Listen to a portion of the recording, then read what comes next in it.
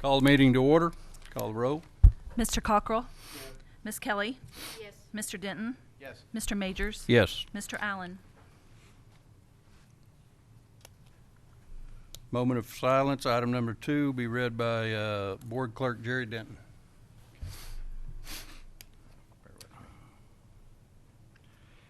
As we begin this meeting, let us pause for a 60-second moment of silence to reflect, meditate, pray, or engage in any other silent activity.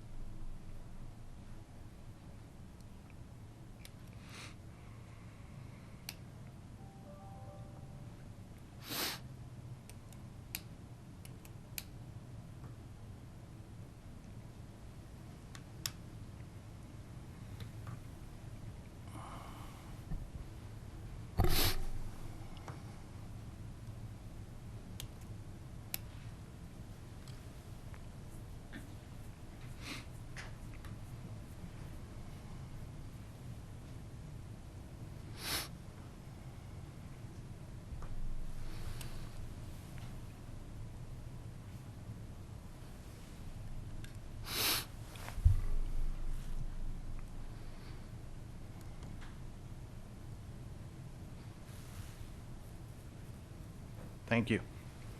Item number 3, Pledge of Allegiance, will be led by Cheryl Kelly, Deputy Board Clerk. Salute.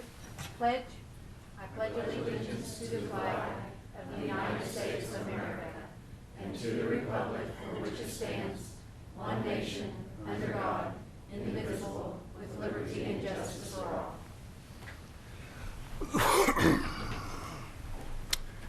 Item number 4, formal adoption of the agenda.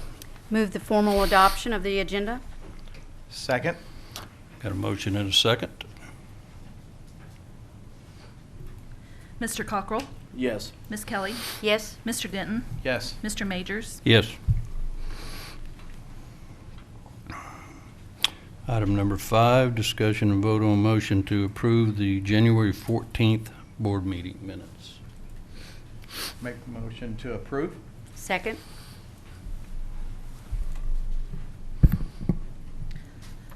Mr. Cockrell? Yes. Ms. Kelly? Yes. Mr. Denton? Yes. Mr. Majors? Yes. Item number 6, Ms. Bergwell.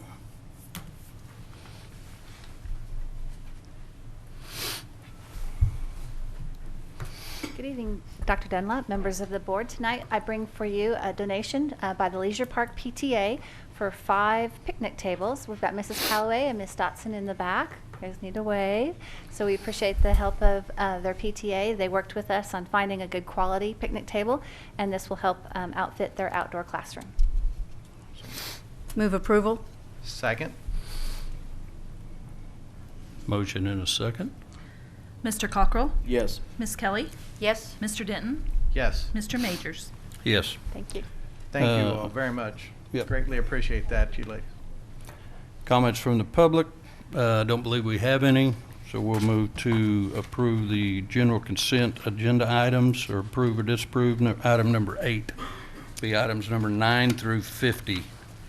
Move the general consent agenda 9 through 50. Second. Motion and a second. Mr. Cockrell? Yes. Ms. Kelly? Yes. Mr. Denton? Yes. Mr. Majors? Yes. Item 51, Ms. Kearns.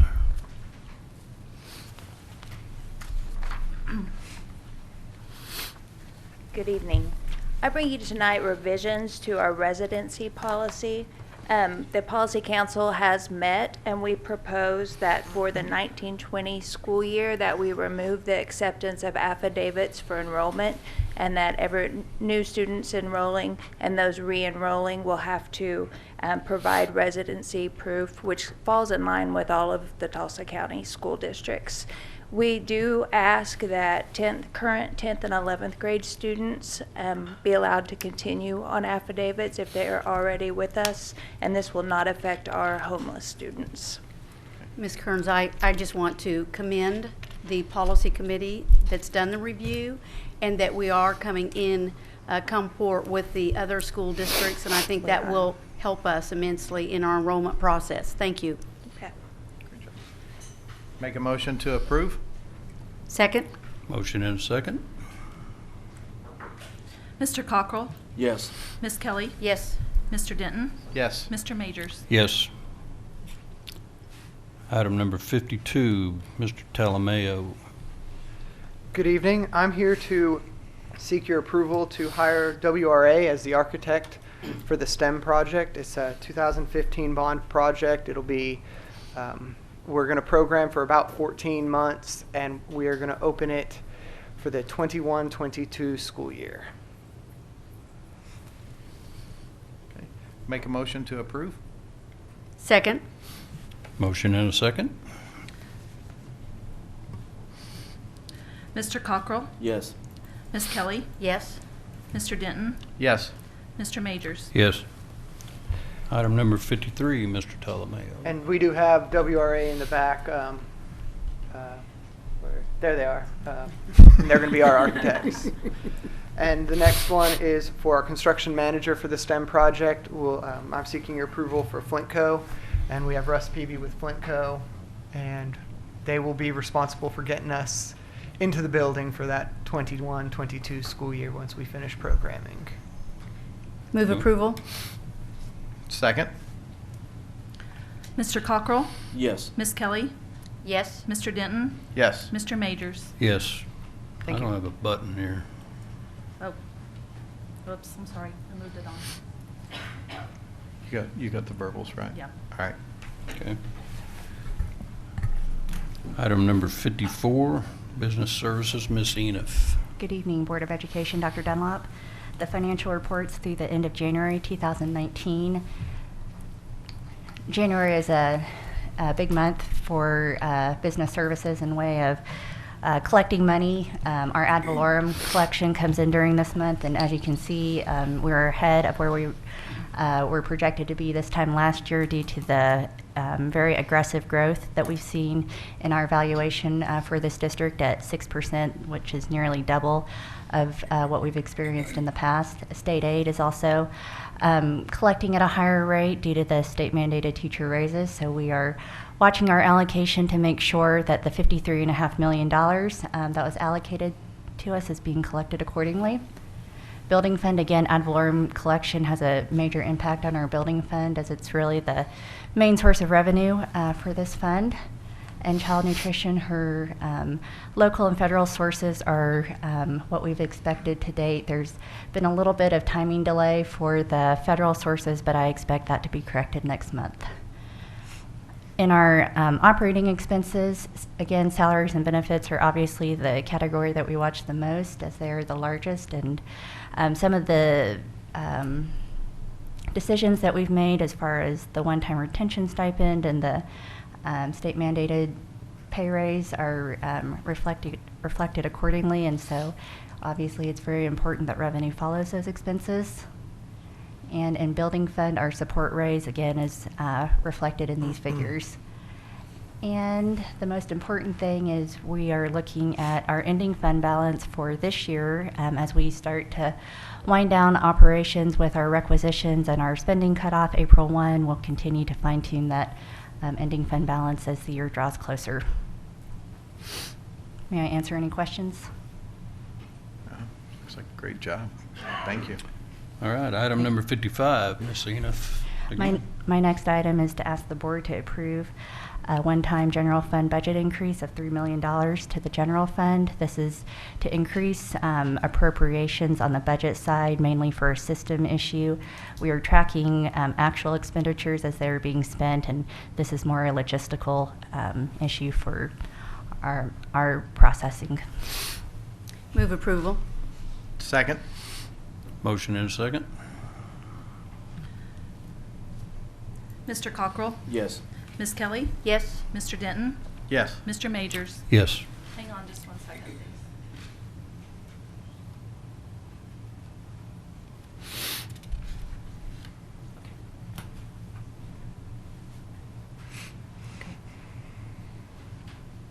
Thank you.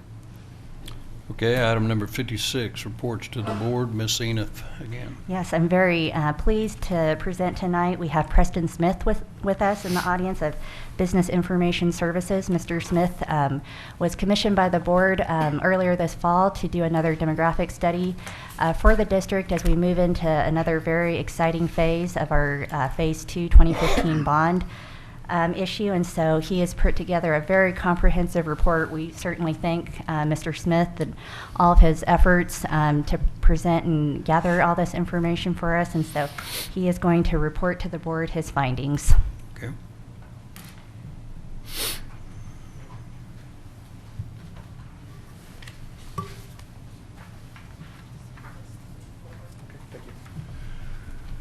Well, thank you very much for having me back. It's been quite some time that we've worked with your district, and we appreciate the chance to come back again. Always appreciate the chance to come here to this school district because you're certainly one of the premier districts we serve in the country.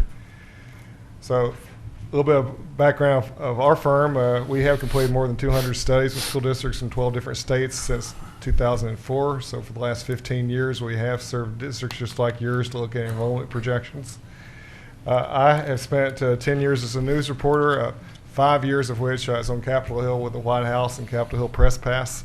I spent also 2 years as a performance auditor for the city of Kansas City, where I had subpoena power to look at records. And then 10 years as a data manager, and then for the last 15 looking at demographics. So that's the skill set that I bring to your district. And here's what we see for your projections for your enrollment, where it's headed. We have lowered our projections quite a bit from what we had just about 3 years ago because basically we see a slowdown because of where your administrative policies are going to kick in, just like the one you just approved a few minutes ago about your residency requirement. That's probably going to slow down your growth quite a bit. I mean, all the other factors are very solid in the school district for growth. We'll look at a few of those. Our high-end growth model looks at about 12% overall for the next 10 years. It's about 1.2% growth per year. And our low end is only 2%. So we've really tried to tamp this down to see where you're headed. I mean, for about the last, I'd say for the last 20 years, you probably averaged about 282 students per year average growth, but then the last couple just only about 40.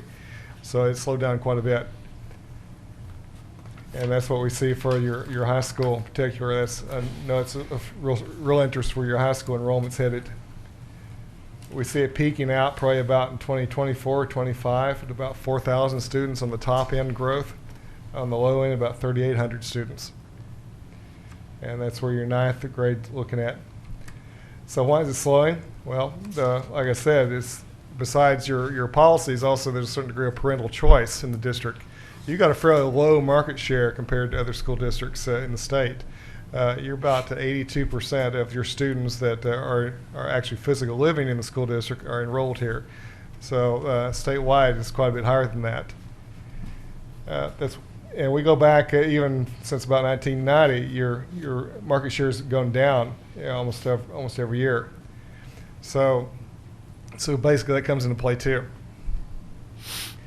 The areas where we see the highest increases, well, we compared the 2014 map when we last did your study to what we have here is that a lot of the areas that we thought were going to grow very quickly have moderated a lot. It's slowed down, and areas that we thought were going to decrease have actually increased a little bit. So it's a little bit of a shift, and the map will point that out. So the district enrollment, basically, there are two factors that drive your enrollment, and that's number one is good jobs and house sales. For about every 9.7 houses sold in the district, there's going to be a new student enrolled. That's an average. You've got really good, strong house sales. The house sales are good. Predictability is about 93% with a 96% correlation. That's really high. And look at jobs, it's almost every 5 jobs that are in Broken Arrow, you're going to get a new student there too. So predictability is very high there. Now, what we run into, look at the lower grades, they've slowed down a little bit compared to what you got in some of the other grades. So looks like some of the classroom pressure is going to ease a little bit in some of your capacity problems. And One thing we did on capacity analysis, we just did a gross square footage basis to see everything under the roof, where or not the students would fit.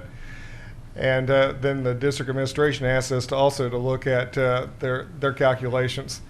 And it's really the first time that we ever had a district administration calculations were actually higher than what we had in enrollment. Nearly always it happens that the district believes that they put fewer students in there than what we believe is possible, but in this case it's quite a bit more. Yeah, you've got a very, I don't know, a more realistic district administration than what I did in our calculations, or that you've got a more aggressive use of your buildings than other districts have. So we were saying that you could have about 22,000 students enrolled in your capacity of your buildings, which would give you a buffer of about 3,500 students. If we look at the elementary schools, we're showing that you've got space for around 2,000 students in the elementary schools. There's plenty of space there. There's no issue. We go to the middle schools, it gets a little bit tighter there, but we're still showing you have a buffer of about 600 students. The district calculation was quite a bit higher than that too. Of course, the high school has been a concern for quite some time, many years, but we're showing that even there right now, the high school is going to be just a little bit over capacity. Your total enrollment between the freshman academy and the high school is going to be about 5,000, and you have space for about 5,400 students. That's based on our gross calculation. Now we go ahead and extrapolate that out to 2028, 10 years from now. Again, you still got space in the elementary schools. It's looking good, but then the high schools, you would be over capacity by about 800 students 10 years from now. That's between the freshman academy and the high school. So that's what we're looking at in capacity. All right, so in 2014, when I spoke here, we did an analysis of what the ideal high school size would be. And we had a list of about 800 high schools from around the country. And we showed that it was somewhere, the median district enrollment was about 16,000, what we were shooting for. And the average high school size for a high school that size was around 1,400 students. So you're considerably larger than the median or average anywhere in the country. We took that list, narrowed it down just a little bit more. Again, the high school size is far larger that you've got here than what you see elsewhere in the country. But you knew that. That's what we talked about years ago.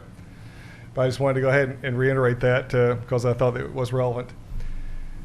Well, do you have any questions or any comments? We've gave you the full report there. I brought that with me tonight. Your first figure when you were talking about the growth and the overall enrollment, just to clarify, so that includes K through 12. It does not include our pre-K students. That's right. Correct? We don't look at pre-K because basically the reason we eliminate the PK from our projections is because there's really no correlation between pre-K enrollment and even kindergarten enrollment. So that's why we take that out. But no, it's good you brought that out because they would have thought the enrollment was a little bit too low. Thank you. Questions? All right, thank you. All right, thank you. Item number 57, Dr. Dunlap. Okay, yes, I think this is the item everyone's waiting for.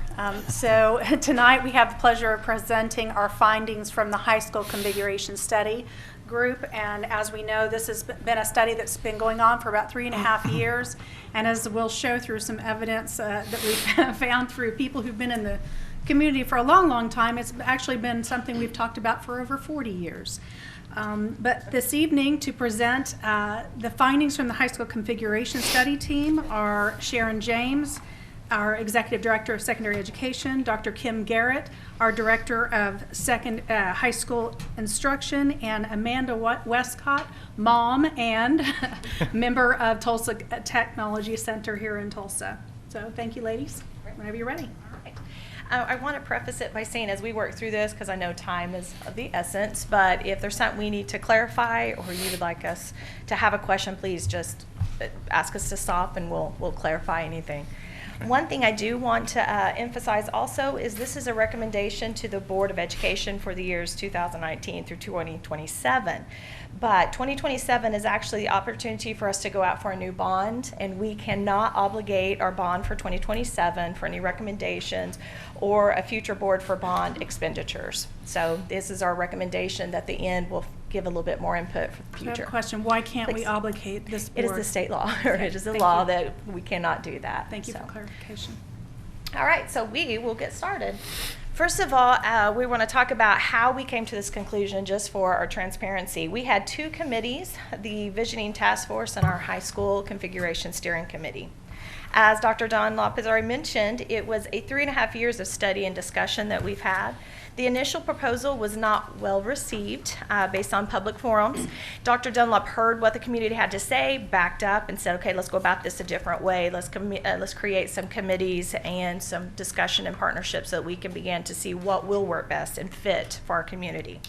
So at that point, there were attendees that were put together to put into our Vision Task Force. They were from the Chamber, the city, Tulsa Tech, all of our partnerships and post-secondary such as TCC and NSU, and parents from each level of our district. In addition, we had district leadership who also were part of that conversation.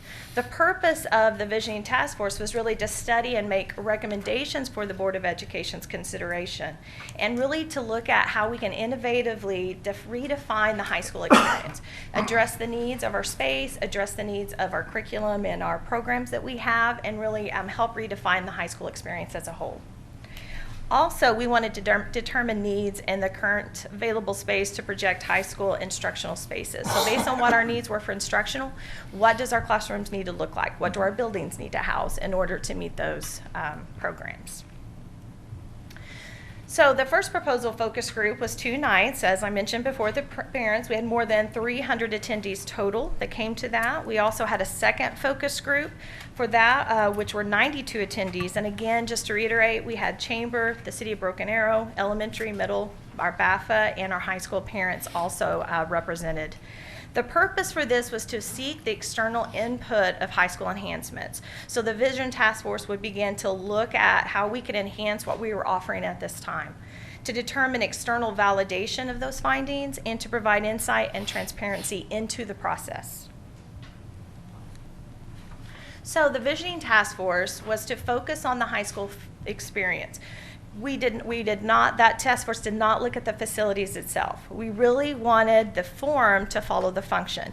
That's saying we were not going to go build a building and then decide what we're going to put inside of it. We really wanted to have what we were doing inside the high school or all of our buildings the most important, and then build the building or the form that would fit the needs of that. They also were to describe a desired vision. How did we see our high school moving forward in the future? We also explored communities that had began to look at redefining their high schools and to refocus their high school. They would explore those communities and research what they had been doing, what worked and was not working at that time, and also find initiatives that fit Broken Arrow Public School and our community and our partners. What would be a good fit here? Just because it was a good fit in another district or even another state did not mean that it fit the needs for Broken Arrow.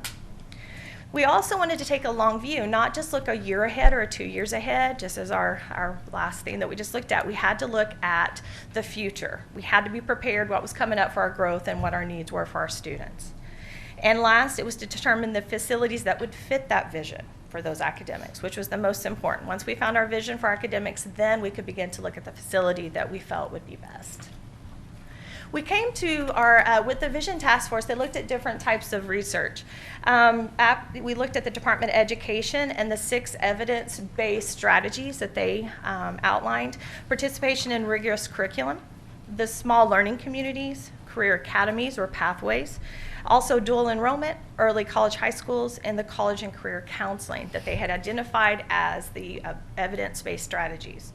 In addition, the School Superintendents Association has begun to look at and put forward proposals for redefining ready. How do we know if our students are ready to be college ready, if they're ready to be in the career, or if they're ready just for life in general? So they have metrics of success that we began to look for. Are our students engaged in apprenticeships? Are they out doing community service? Are they involved? All of those aspects that make our student a whole, not just one piece, not just a test score, but as a whole. Are they going to be successful when they walk out of our high school? So, as I mentioned earlier, the task force also began to research different district examples. They visited some in our regional area where we could drive to and look at and visit and go onto those campuses. But in addition, they also researched those sites and also reached out and communicated and had conversations with those districts to get additional information. So as you can see, they researched several schools to decide what types of programs and what kind of fit Broken Arrow. In addition to that, we also had to look at our state and local employment trends. We cannot prepare our students for the jobs they're going to see today or tomorrow. We have to see what's going to be happening 5 years from now, 10 years from now, or any 20 years from now. And we have to begin to enable our students to be successful. So we looked at all the trends to say, you know, what types of occupations we're going to begin to see. In addition, we looked locally. What do we have going in our community that we can begin to prepare our students to come back and work and fill the workforce that's needed here in Broken Arrow? So the Visioning Task Force recommendations are 3 areas. 1, we would do the career pathways that would be a certificate, license, and lead to a college degree. It would also provide internships and apprenticeships. The second is the early college, which allows the flexibility. It'd be available to all of our students and would lead to a degree. And last but not least is our Innovation Center. This is actually our STEM Academy. But one of the discussions we had as a task force is that we did not want to just say STEM Academy. Buzzwords come and go, and we wanted something that was going to be classic, that was going to be able to stand through the test of time. And we felt like our Innovation Center would be able to say that. No matter what we housed in there, what programs we were using, it would still be innovative. It would be considering the wide range of science, technology, engineering, and math. It would consider incorporating arts in case a student wanted to go into architect or interior design, and also would have the multidisciplinary to promote experience for all and incorporate all those content areas. Now, the foundation for this to work, of all the recommendations, which we'll go into more detail in just a moment, is our early career exploration. Now, we stated here that it would start in 6th grade, but ultimately it is a K-12 initiative. We're going to have to begin to visit with our elementary students on up from K on up to 5th grade. So at 6th grade, though, we would begin to support an individualized academic plan for those students to begin to allow them to explore different careers. Research has shown that most of our students are going to go into what their parents are doing. They're going to go into what that person or that adult they have a bond with, they're going to follow in their footsteps, so to speak. We have to broaden our students' knowledge base of the careers that are available to them. And also what we would want to do through this is to connect our schools to the community, but also in turn connect the community back into our school as a partner. Last but not least, we would look at the comprehensive curriculum that's available to us, or Career Tech, that covers the 16 career clusters. Ms. James, I know you took a breath for 1 minute, Yeah, but let me give you I a told you chance you to gotta breathe for a dive second. in. I know, I jumped in for a second. So, you know, that seems, you know, starting in 6th grade, I mean, I think as a child progresses through the year, you touched on it a little bit, but the flexibility of that, I mean, because, I mean, we have college students that change, you know, pathways Absolutely. and things like that. So is there flexibility within this type of a program to be able to allow some of that Right. nuance to be introduced? Absolutely. That is part of the career process, or the career exploration, is saying, I don't like blood, I'm not going to go into nursing. Right. A part of that is, I thought I would enjoy speaking in front of people. No, I do not, so I'm not going into that. Absolutely. They're going to be able to stop and start and say, this was the pathway I thought I was excited about, but as I take classes that are relevant to that, I found that it's not, and I'm going to stop and go into something different.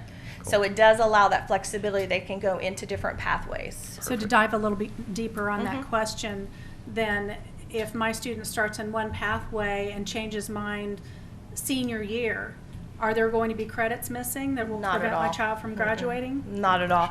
That's one of the things for our counselors and for our guidance, is that all of the classes, this is really the electives. We have to have certain core. We have to have our English, our math, our science, our history. It's the electives that will be able to give more insight to our students. And those electives count no matter what, whether it's a fine arts class, or if they're taking something else, or if they're doing a video or digital class, it's all going to count towards their electives. So they still have their graduation requirements. Awesome. Does that clarify? Was there Perfect. anything else? Okay. All right, so at this point, one of the things about we really focused on is the branding for our stuff is how our students are going to be successful beyond BA. So as you can see in the picture that we have displayed here, the center of this is the career exploration, and then we're going to talk again a little bit more about those 3 recommendations from the Visioning Task Force. So at this time, I'm going to actually ask Amanda to step up and visit a little bit with us about the career pathways.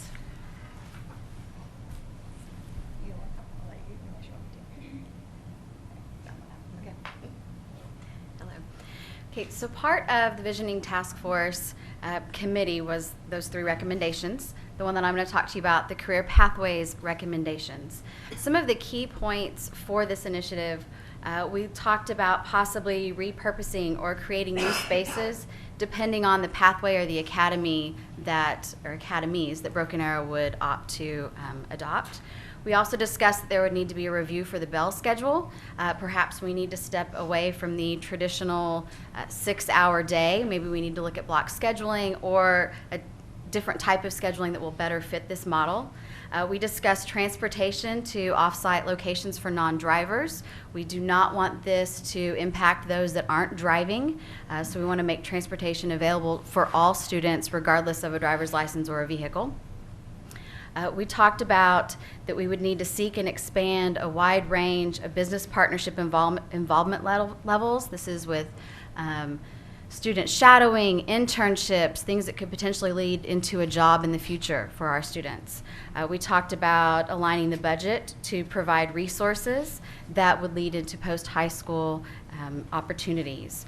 We also discussed there absolutely has to be flexibility in our pathways. This was touched upon just a moment ago.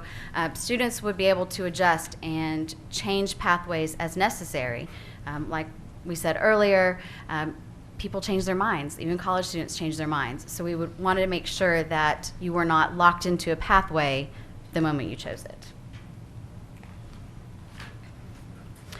We talked about some of the rationale behind this recommendation is that we see that this would be an opportunity to increase student engagement through relevant experiences, both inside and outside the classroom.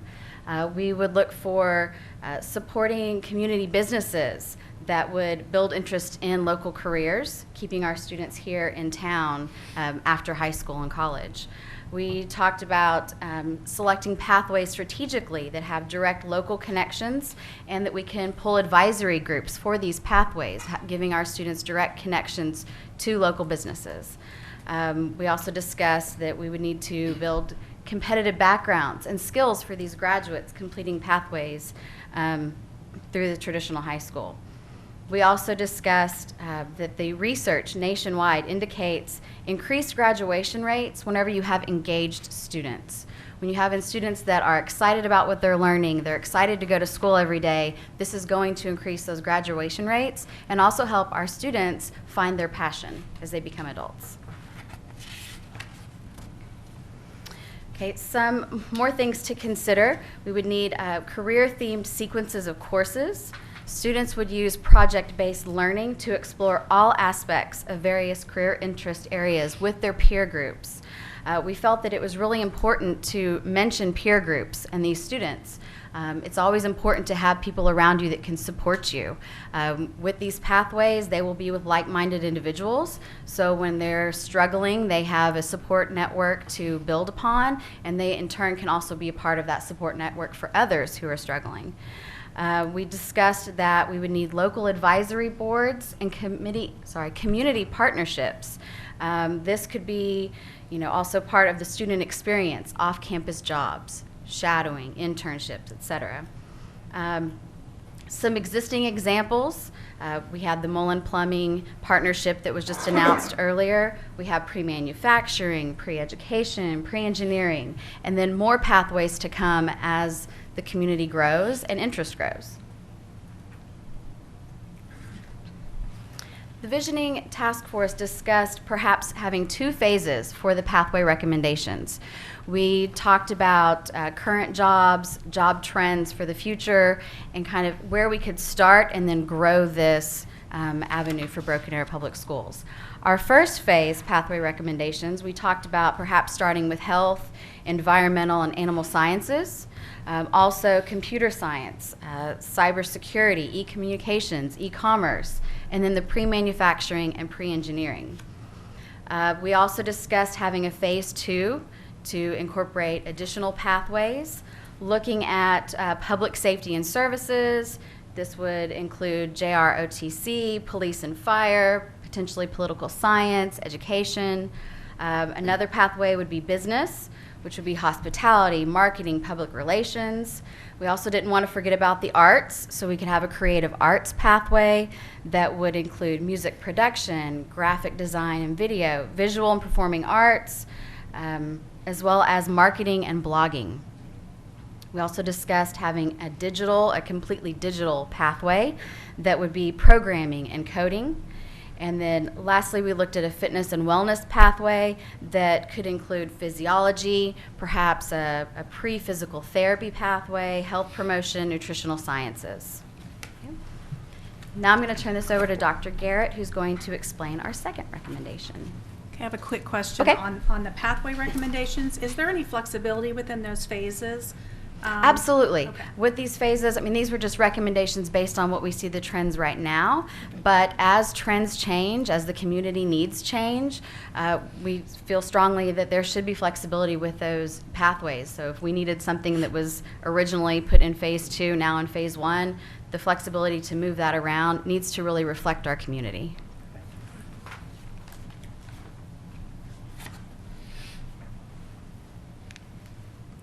Okay, so the second recommendation is our early college pathway.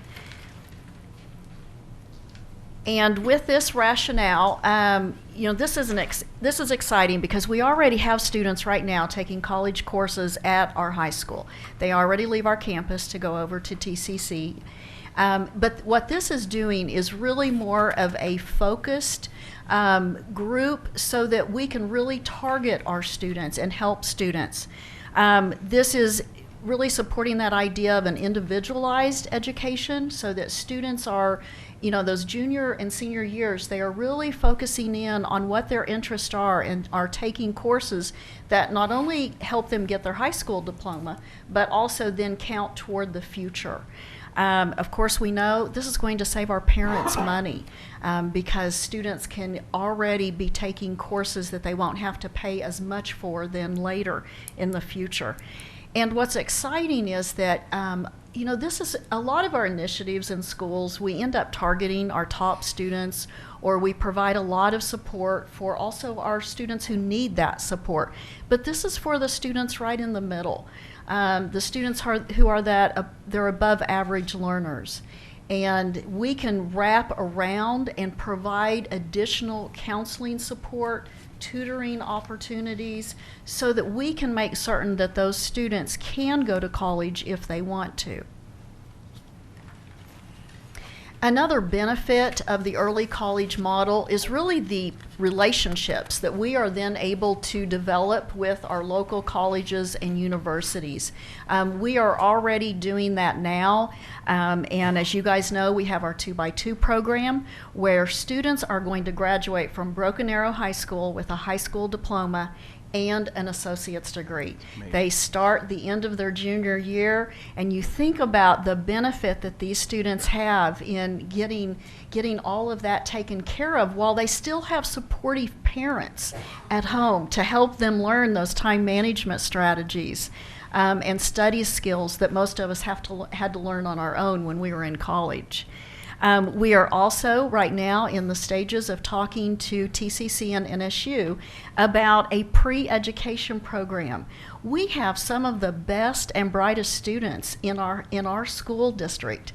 We want to target them. We want to touch them on the shoulder, so to speak, and say, hey, have you considered education? Have you considered being a teacher?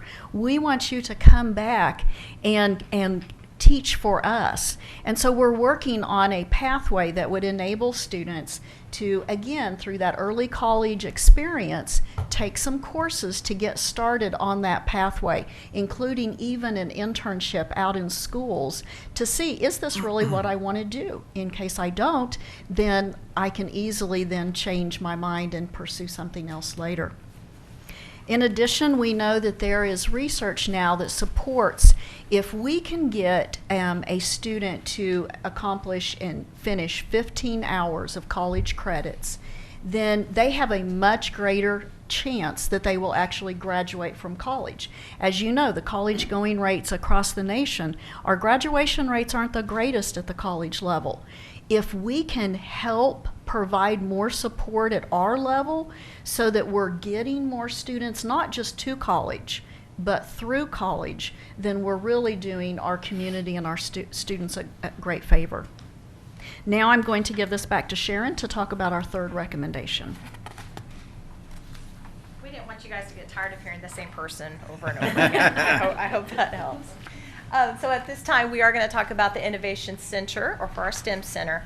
The key points for this is that the programs focus on current and future applications of STEM. For science and technology, engineering, and math, it would be more of a project-based learning for discovery. Also, the topics and activities would provide insights into trends, innovative solutions, challenges, and careers. One of the examples I'd like to point out is Donna Grottle, one of our finalists for the National Teacher of the Year, has been doing this for a while. So what we'd like to do is see this replicated, those real-world experiences or problems that we can begin to find solutions for. And as students are discovering those solutions, they are learning at the same time. And we would like more students to have that opportunity and have more access to that as well. Awesome. We believe that through the STEM Academy, or as we're calling our Innovation Center, it will help the students to develop those problem-solving skills. As I mentioned earlier, we have to begin to prepare our students to be successful 5, 10, 15 years as things change. As the technology they'll be using will change. Students have to be able to problem solve. So we're hoping through this center we will be able to do that. We want to foster innovative solutions for both local and international challenges. And we want to create more of an interdisciplinary approach to instruction that actually resembles knowledge use in real life. And it allows students to study STEM in greater depth. Right now it's a bit of a superficial, so we hope that with the STEM Academy we can go in more depth, we have more access, and just more access to the technology and the curriculum that they would need to do that. So at this time, this kind of ends the end of our 3 recommendations. So we'll move into the discussion of our the Innovation Center, or the STEM. So what I'm going to let Kim is going to talk about the considerations for that building, and then we'll move into our next proposal.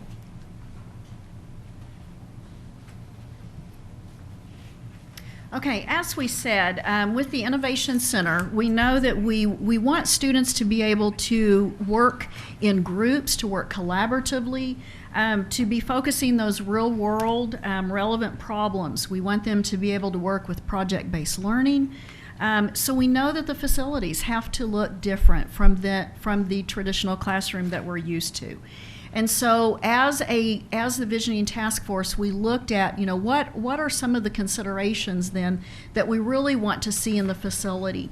And for example, we want to see state-of-the-art lab spaces. We know that students need to be able to get out of their desk.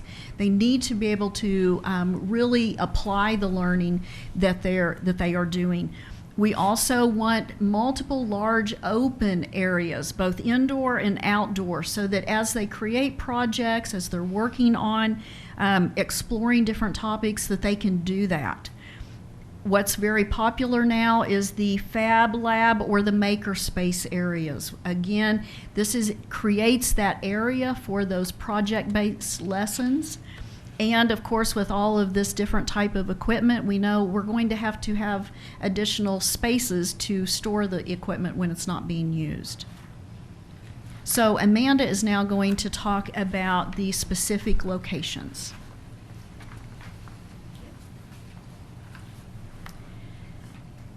The committee discussed several different locations for the Innovation Center.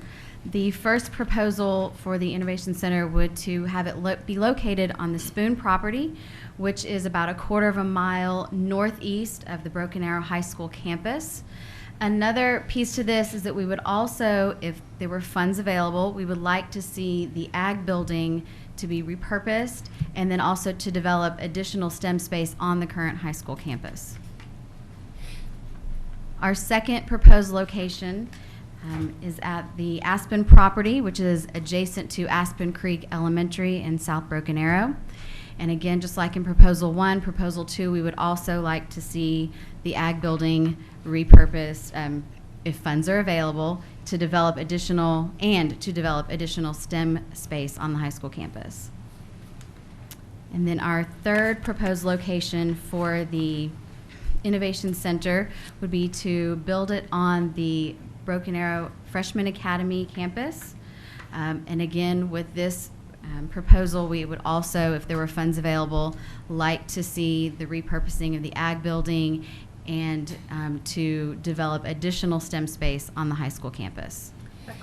Quick question. So you keep talking about repurposing the ag building. What building is that? Where is it located? The ag building is currently on the high school campus. Okay, so it's one of the buildings that exist on the high school campus? Yes. So you're saying using funds within the 2015 bond issue to repurpose or Correct. upgrade that building and be able Correct. to use it for classroom space or one of these ideas Maker that exist spaces, within fab this? labs, things like that, just to kind of Perfect. see it to develop additional space. Thank you.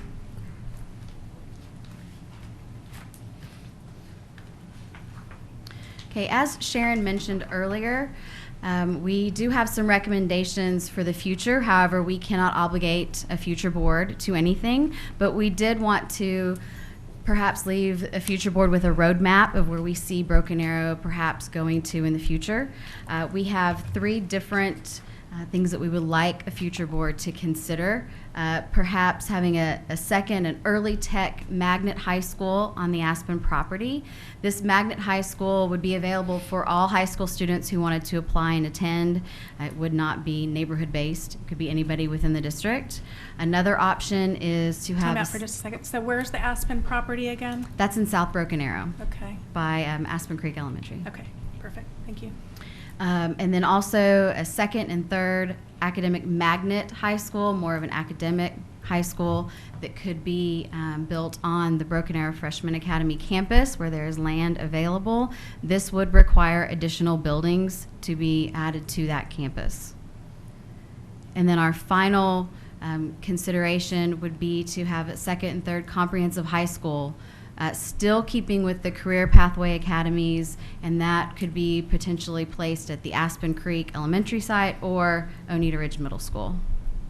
Okay, so these are all of the options that are being proposed as it relates to the recommendations pertaining to the early college experience, the pathways is what I'm referring to. In other words, all these options as it relates to facilities to meet those needs. These are options for the future, for 2027 for that board. That's what I'm saying, Mhm. and I apologize if I Okay. wasn't clear, because sometimes that does happen. So I'll certainly restate my comment. What I want to make sure is that everyone knows, as you so ably pointed out, it's a roadmap. It's a roadmap. Yes, It's a ma'am. roadmap. That's what it is. Absolutely. It's not, we're going to do A, B, and C. There are a number of options that are available to Correct. meet the recommendations. Absolutely. We wanted to show that there is potential for growth in the future, and then kind of give the next board an idea of what we were thinking about now in 2019, looking forward to 2027, but not steering away from any of the other proposed elements that we had tonight. Okay, I have a question. We heard a lot of mention about redefining the high school experience and thinking of high school in a different way, and that's needed. Why is that needed? What problem is that solving? I think redefining the high school, looking at the high school in a different light, is going to help increase our student engagement. We have a lot of bodies on the high school right now, and a lot of those students are perhaps a little bit lost going through the high school. They have such a large number that they're dealing with. If you decide to accept these recommendations, having career pathways, putting students with like-minded individuals is going to help build that engagement. It's going to help us retain students that are disengaged, that drop out. It's going to help show them that there is potential for their future, where maybe those students don't see that potential right now because they are kind of lost in the shuffle, if you will. I also think it's time for Broken Arrow to look at something different for their high school. The traditional 6-hour day, getting X amount of credits for you to graduate has been done. It's been done over and over and over, and I think our students and our community would like something different and exciting. As a parent, I know that I want something different and exciting for my child, and I think that most other parents feel the exact same way. So another point that I wanted to at least ask here is the options that we are speaking about this evening will facilitate students in a number of facilities across the district, even as they are high school students. So they may be at the STEM Academy, they may be at the senior high campus, they may be in a multitude of locations, the Options Academy, etc. Absolutely. So when we look at high schools and doing it differently, we're looking at meeting those needs, not necessarily in one location in a traditional high school, but we're looking at a multifaceted approach towards those students receiving an education with respect to the pathways that they've determined in consultation with the administration, counseling, and working with our classroom teachers. Is that correct? Absolutely. Yes. And I would elaborate on that we have a lot of that going on right now. We Yes. have students doing concurrent enrollment. We have students going through Tulsa Technology and doing their pathways. We have students currently working with businesses to get licensed and get their apprenticeship. So really what we're trying to say, if we have that going on, everything around that has to be flexible to allow for that.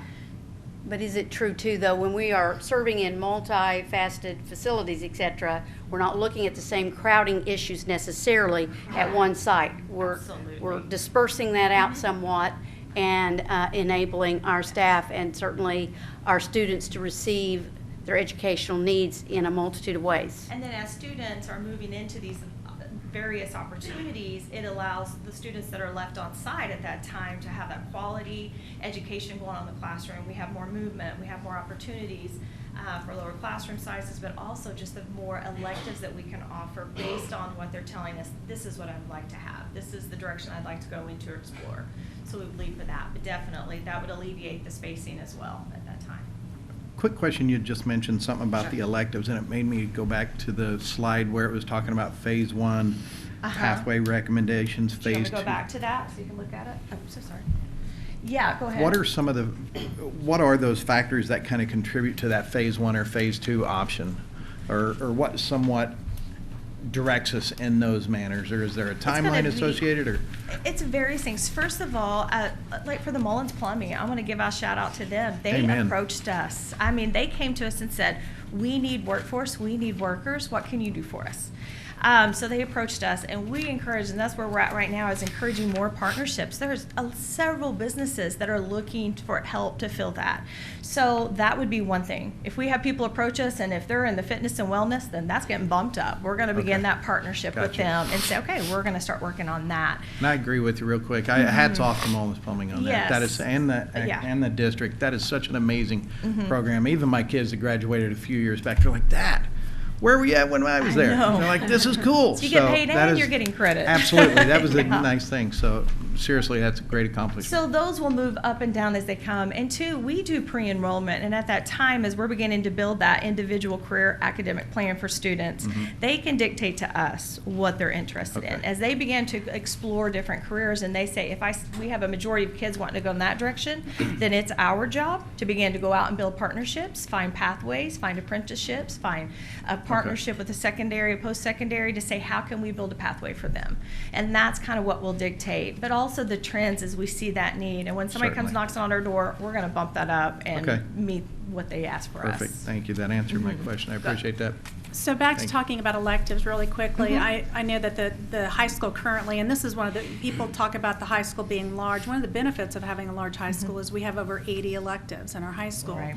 So how will this affect our choices of electives? Will it change that, or No, I think we'll be more intentional. As when I speak the admin stuff right now, our students tend to kind of move up to the buffet style. Like, I'm going to take a side of, fine arts. I'm going to do this or that. They're going to be more intentional about what they're choosing to take.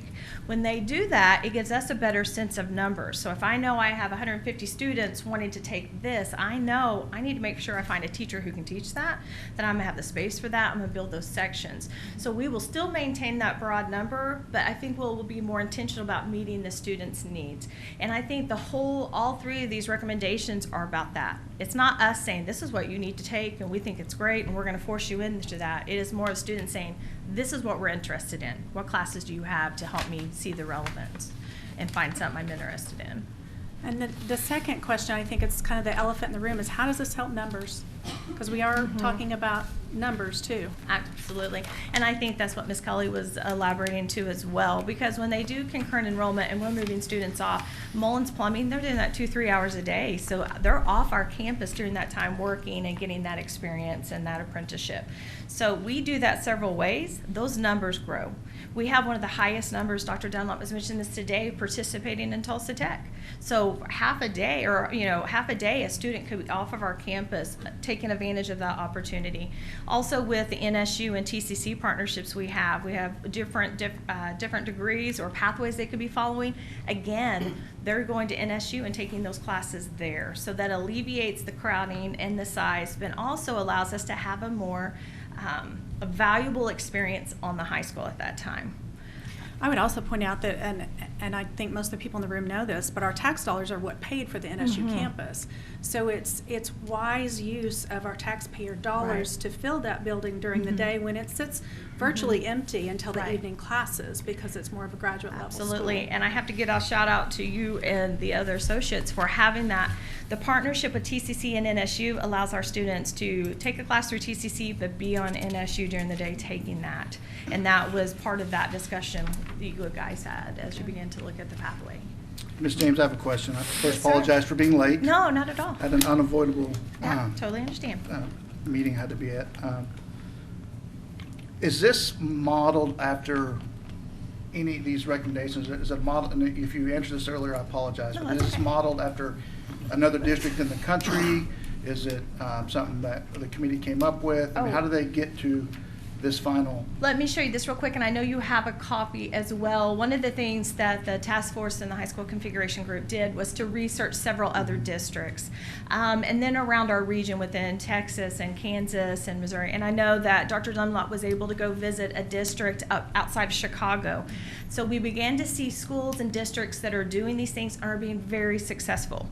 Their retention of students, their graduation rates are rising because kids began to see the relevance of the course. So many times, and a lot of us can relate to that as a senior, we may take classes we don't need. They're just classes, kind of a fluff thing where I'm gonna take it because that sounds good, but I don't really need it to graduate. So we could be putting them into classes that are relevant to what they're doing. Or say, do you want to start working on your post-secondary credits for college? Do you want to start getting a certificate or get an apprenticeship? So yes, it is based on the various districts that they have researched and looked at, and the ones that were really being successful with that. Is there one in particular, or is it a combination of all? Dr. Dunlop, I know, visited one. I would like, It's could you District speak on that? 214, which is right outside of Chicago. The superintendent there is now the National Superintendent of the Year, and it's based largely because of the work he's done in this area and completely redesigning the high school experience. The district is a little bit different from us in that it's a high school district, so he has nothing but high schools in his district. Right. But they completely reconfigured and had every single student go through this process very early of defining, okay, what kind of pathways would I like to explore, and becoming more and more focused. And one of the key parts of that, and I think that's why it's ideal for Broken Arrow, is that the partnerships with the community were key. And show me a community that's more supportive of its schools than Broken Arrow. So we know that that's such a perfect fit for our community. Right. I do believe also that Nashville was one. I know Nashville, Mr. the Perry has academies in mentioned Nashville. that they revisit. They do academies that are focused, so they have high school standing buildings that are focused on specific academies.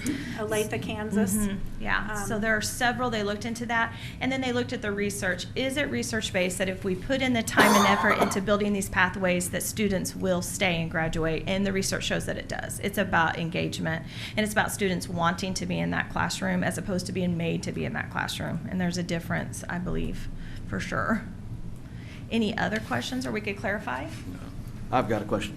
Yes, so, is this looked at as being in addition to, if right now you got a choice going to athletics, fine arts, the vocational route, or your electives in the schools? Is this in addition to that, or will those individuals that are participating in that be allowed? No, I'm glad you pointed that out and asked that. In addition to, and what we want to do is create a flexible high school experience to where they're not having to choose. We could add additional hours. We could do enrichment in the credits they're taking. The good thing about the sports and our fine arts right now is that's what's working. These students are engaged and they love it, and they're staying in and they're graduating. We want to replicate that in the career pathways, but you don't have to choose one or the other. We want to make it so that if you want to play football and then you're going to go do an apprenticeship in your off season, that we can make that work. So no, we do not want to get to where you're having to choose one or the other. We want you to be able to participate in any of the opportunities that you want to be in. But then that falls to us in the high school and Dr. Garrett and Ms. Burns and saying, how can we make a flexible schedule in our day at the high school so that students can take advantage of that and they're not having to choose between an athletic event or fine arts event and what am I doing for the rest of my life, you know, a career pathway. What's the pros and cons building in Wagner County versus Tulsa County? Say that one time. I couldn't hear you, sir. The I'm sorry. locations that you've provided, they're either in Wagner County or Tulsa County. Is there an advantage or disadvantage? I don't believe so. I think when they looked at it, they looked at the spacing as the visioning test or the high school configuration. We looked at, is there space to grow? Is there room for the STEM? You're going to have to get outside. You're going to have space to grow and do the activities in the labs that you're going to need to do. A couple of them probably, is it Aspen? We have some that are by a technology, center. So then that creates another partnership. Is it by an elementary? So that if we create an education pathway, then we can have our students walk out of that, that building and go over to the elementary and to have partnerships built over there and begin to do on the site job shadowing and internships that they could have at it. So when we looked at it, we did look at those types of things, but I think basically size, I would Also, the land how would size. transportation play into that conversation about the proximity of other campuses? Yeah, I think, I don't want to speak from my looking at this. The Spoon property would allow us to cart next door, but we could at our other sites do the same thing. We're just going to have to make, they fit within our transportation. So if they're at Aspen, we already have routes. So we want to look at, we want these opportunities, but we have to be good stewards of our money. So we don't want something far out where we're adding money or transportation costs that we can't afford. So that was a piece of that. We already have those routes going. We have those built into our day with the transportation, so it would fit in and not cost additional funds would be the key for that. So I think the land, making sure we had enough land where we could go out, we have the room to grow, but also access to the other things around us so we can build partnerships even more easily. And then that third thing would to be, and I've lost my train of thought of that second one, but the transportation, that we already have those routes built. Are these proposals in, kind of like, especially for the properties, are they in order of preference, like priorities? No, or sir. are they We made just sure not to put them in Okay. order of preference because we wanted you guys to be able to look at that and see what was a good fit for the for our schools. Since we Okay. did not want to Thank you. lean any way. And two, because we establish these pathways, et cetera, we're going to have ongoing fluid processes Yes. that enable us to meet with our business leaders and certainly our universities, et cetera, so that if we need to make changes, we're always reviewing, we're always updating and doing absolutely. the things necessary to stay on the cutting edge. Right. It's a fluid process, and it's going to change and adapt as we go along. And I think as we move forward, these are only things that we're going to enhance and we're going to multiply. The district that Dr. Dunlop was talking outside Chicago, they've been doing this 10, 15 years. So they have 40, 50, several pathways they've already built and established. We could easily do that. And by doing that, as we build more pathways and we have more students participating in that, then it would allow allow the board at that time or the leadership at that time to say, hey, we have a lot of students interested in early tech. Let's get with our partner and let's look at building an early tech magnet where kids could apply to go there half a day, and then they could easily go across the street and go into tech. So I think as it evolves and develops, it will give insight to the leadership and the board at that time where the best way to move forward. So I feel like it has room for growth, like you're saying, and we can begin to build more partnerships and those relationships with our community. So to clarify one more time, Okay. why aren't we building a brand new high school next year? We do not have the bond capacity at this point. If I understand correctly in our research as our task force, if we were to put all of our funds into that, then we are leaving our middle schools and our elementary without space to grow as well. We only have so much money. It was put out. We can't go back out to a full bond until 2027. I think I don't want to speak for people, but I think one of the concerns was that we cannot replicate what we have right now without an extremely large bond, and that was the concern. We don't want to have the haves and the have-nots, or this area is fine and this area is not. We want to be able to say, and give quality. So if we don't have the funds to do that, then we're going to enhance the education we're able to offer by the opportunities and the programs that we're doing that will alleviate the space, redesign that high school experience so that students are getting the best education they can with what facilities we have in play right now. Ms. James, I think Yes, you make a ma'am. very good point, because some of the feedback we got from our parents was a concern with equity. Absolutely. So that's been a priority for the committee as they looked at programming first. Right. And then ultimately the facilities to match up those Right. educational opportunities. Yeah, absolutely. I'll piggyback off what Please. Ms. Kelly said. I think it's very important that we continue dialogue Yeah. and a fluid conversation and how this thing continues to work fluidly. Right. Because I would envision that we may see some bumps in the road, down the road, that we didn't Yeah. anticipate Oh, sure. if whatever option was chosen at that time. So Yeah. I think it's very important that we commit to continue to have dialogue and instead of painting ourselves into a corner where we have bigger issues than what we Absolutely. knew. what Yeah, to do I with. agree. I think the leadership we have, of course, with you guys leading that, but also at our site, they are very flexible. They are focused on what's best for our students, not best for the people that are working in those buildings, not what our building looks like or the appearance. It's about what's going on in that building. So I feel like we can work through that, and like you said, we will have bumps in the road, but I feel like we're very flexible and we're willing to say we're going to find a way around this to make this work and be successful for students, because that's the goal in the end for us. Also, one more clarification point. Okey-doke. So in 2027, when we Mhm. can go out for the next bond issue, that's at which point that Board of Education that's in place at Correct. that time can determine which one of these pathways that might be the best Right. of those variables, whether we have an early tech magnet, whether we have a second academic magnet or Absolutely. third one, or whether we build another comprehensive high school Right. with a magnet. But Absolutely. it gives them a roadmap for the future. And I think the community will see what's been successful, what's worked, and allow them also to have that same input and say, we are ready for that, or no, we love this. This looks great. So many people in the state of Oklahoma are doing this. Let's continue doing that. And also, there's always that fourth option that we don't know of yet. It's 10 years down the road. As things evolve and change so rapidly, especially within the world of education and careers, we don't even know our needs at that time. So based on what we're looking at right now and the research that we have available, those are great options, but it will be up to them because we can't commit them to something else. I think one thing that I would like to mention too is that and Dr. Dunlop, you made a comment earlier about this, but we do have a very supportive community, a very supportive Absolutely. business community. Our parents are wonderful, and as a result of the ongoing communication, establishing at various points, inputs, kind of speaking a little bit to what Mr. Allen was saying, to ensure that our public are actively involved in knowing what we're doing, and also having the opportunity to give some kind of feedback as to how it's going, so that we can make the appropriate changes and the students are being serviced better. Right. And I think that comes with the transparency. You know, being very transparent about why we're choosing this and trying to use research and the best things we have available to us right now to make these decisions. So I agree, yes, definitely.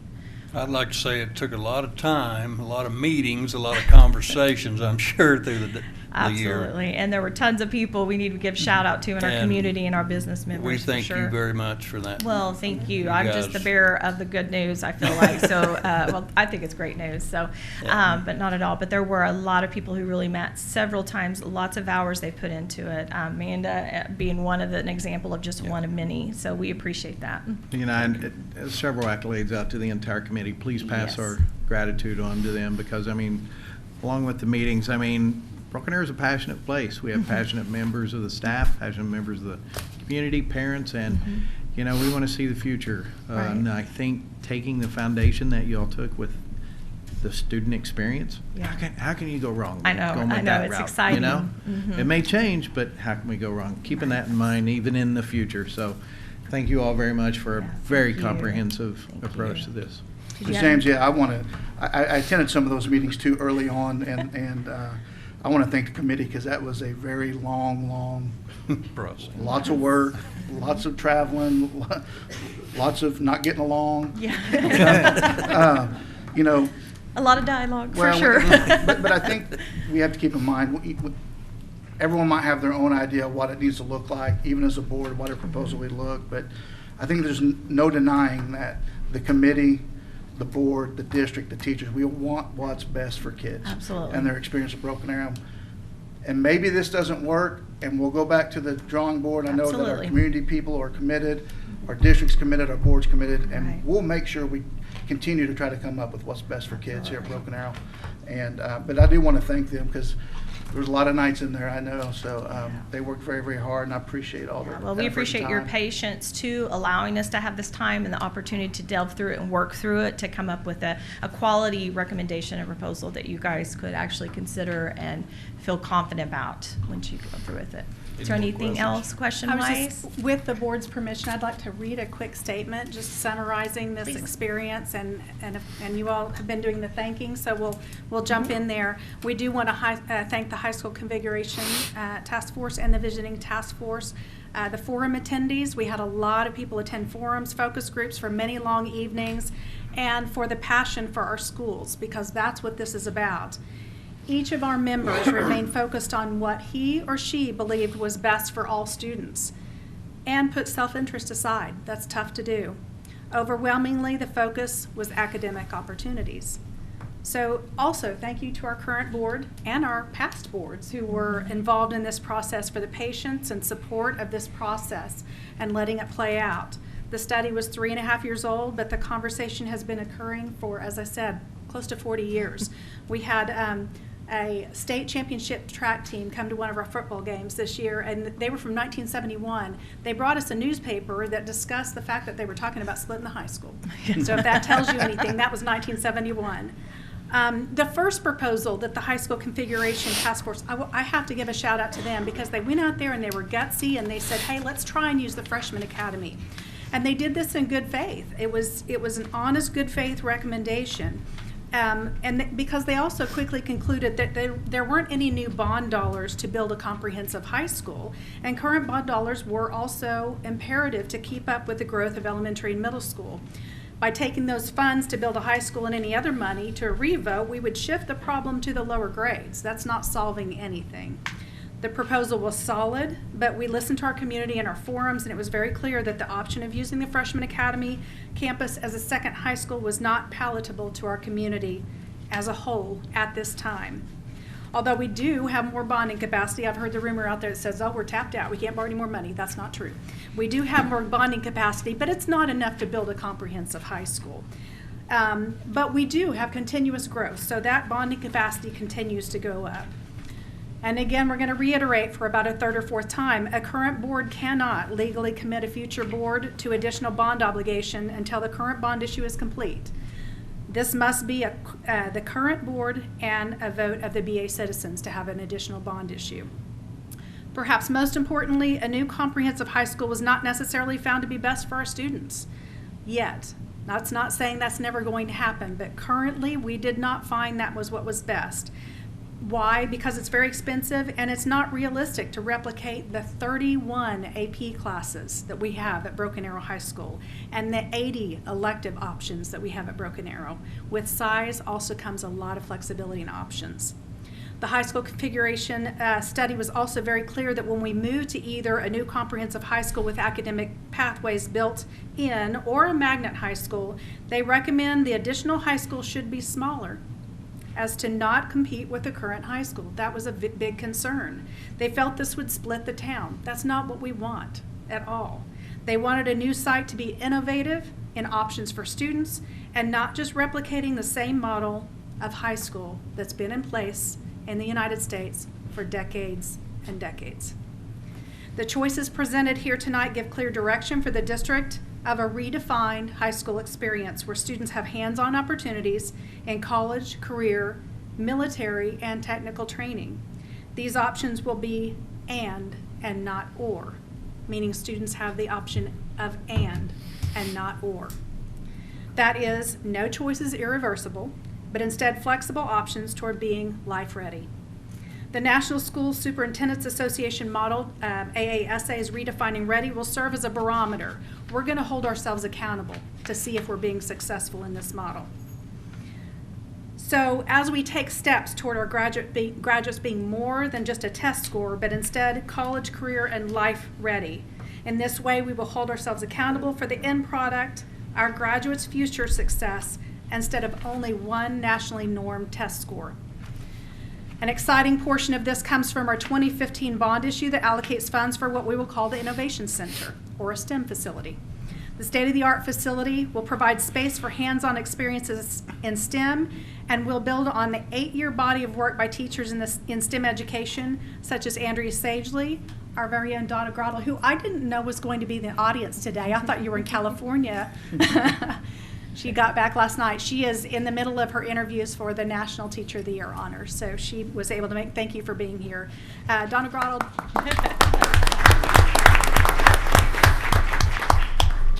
She has blazed the path of the model that we want to replicate in our classrooms. All students should have the ability and the opportunity to innovate, dream, and do it, to solve the problems in the community and on a global scale. So thank you, Donna. Finally, a cornerstone to this plan is our Beyond BA pathways. We've already hit the ground running on these pathways that bring the community into the classroom and the classroom into the community. Yes, these help solve the space issue at the high school campus, but more importantly, they give students a direction to their future while still in high school. Examples of this are our Early College Associates cohort, coming soon our pre-education pathway, our logistics and supply chain management pathway. We already have CPT licensure in manufacturing in place. We have a pre-manufacturing pathway in place. We have a pre-engineering pathway in place. And we also just started the very first apprenticeship through Mullen Plumbing, the first of many to come. This is a community effort and we do need partnerships. We have a plan that will get us there, and we strongly encourage a local private industry to contact us for partnerships as we start building this model.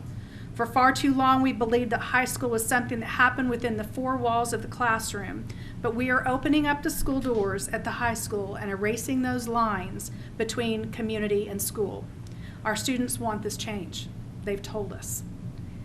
And they want this for their educational experience, and we're going to give it to them. In closing, we're thankful for the work of the high school configuration and for the Visioning Task Force. We feel we have a plan that's focused on academics and ensuring that every student graduates from Broken Arrow High School, college, career, and life ready. Thank you for allowing me to do that. Well said, Dr. Dunlop. I move approval of the final recommendation of the High School Configuration Steering Committee. Second. Motion and a second. Mr. Cockrell? Yes. Ms. Kelly? Yes. Mr. Denton? Yes. Mr. Majors? Yes. And Mr. Allen? Ms. Hill, you're going to have to Ms. take Hill. mine manually, okay? Yeah. Because Okay. I'm locked out. Yes. Same for me too, please. Thank you. Mine's off. I'm locked out. Sorry. All right,